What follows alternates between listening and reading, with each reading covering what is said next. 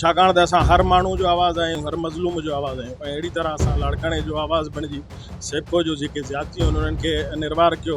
हाणे असां हिते ट्रामा सेंटर पहुता आहियूं, मेडिकल वरितो आहे अलीगोराबाद थाणे तां, इलाजु करायूं था। हीअ धक लॻा आहिनि, मूंखे ॿियनि हंधनि ते सुका धक आहिनि, मूंसां ही विड़िया आहिनि, प्री प्लानिंग आहे। हीअ जेको शाह मोहम्मद बाजकाणी आहे ऐं उन सां गॾु जेको अमिलो आहे एम्पायर सब डिवीज़न जो, उन्हनि जे ख़िलाफ़ु FIR दाख़िल कनि ऐं उन्हनि खे जेको आहे उहो गिरफ़्तार कनि।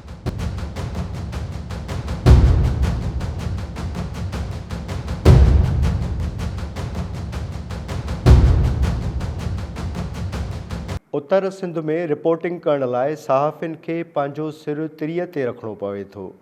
कंहिं बि ख़बर तां कावड़िजी को भोतार तव्हांजी मुंडी लाहे सघे थो, ऐं भोतार रुगो कचे जे बंगलनि में ई न पर इदारनि में बि वेठल आहिनि। सेप्को लाड़काणे जे भोतारकी ज़हनियत जे मालिक ऑफिसरनि खां बि इहा ॻाल्हि हज़म न थी त केरु शहर में जारी बदतरीन लोड शेडिंग ख़िलाफ़ु आवाज़ उथारे।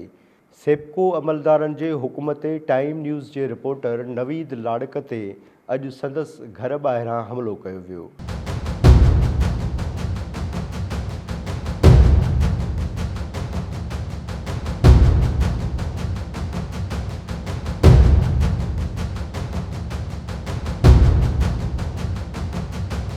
लाड़काणे में लोड शेडिंग जे बदतरीन अज़ाब वारे मामले ते अवाम जा अहंज बयान करण जी नवीद लाड़क खे बि क़ीमत चुकाइणी पई।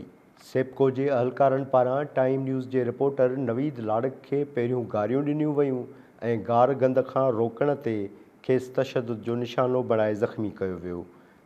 नवीद लाड़क चवे थो त कुझु ॾींहं अॻु शहर में अण ऐलानियल लोड शेडिंग जे आज़ार ते अवामी शिकायतुनि बैदि बिलावल भुट्टो ज़रदारी जे सेक्रेटरी ऐं MPA जमील सुमरो बि सेप्को लाड़काणे जे अमलदारनि खे छंड पटी हुई। सेप्को अमलदारनि जमील सुमरो जे छंड वारियूं बाहियूं बि मुंहुं मां कढियूं। बिजली वारनि जेको आज़ार हिते कयो आहे, मां राति हैदराबाद हुयुसि ऐं मां उते हुयुसि। उते हुननि खां पुछो, चई त 2 कलाक सुबुह, 2 कलाक मंझंदि, 2 कलाक राति, सिर्फ़ु इहा 6 कलाकनि जी जेका आहे उहा लोड शेडिंग आहे।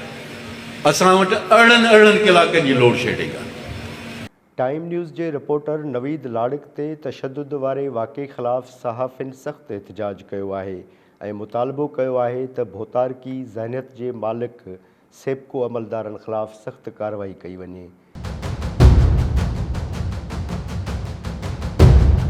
छाकाणि त असां हर माण्हू जो आवाज़ आहियूं, हर मज़लूम जो आवाज़ आहियूं, ऐं अहिड़ी तरह असां लाड़काणे जो आवाज़ बणिजी सेप्को जो जेके ज़्यादतियूं आहिनि उन्हनि खे निर्वार कयो।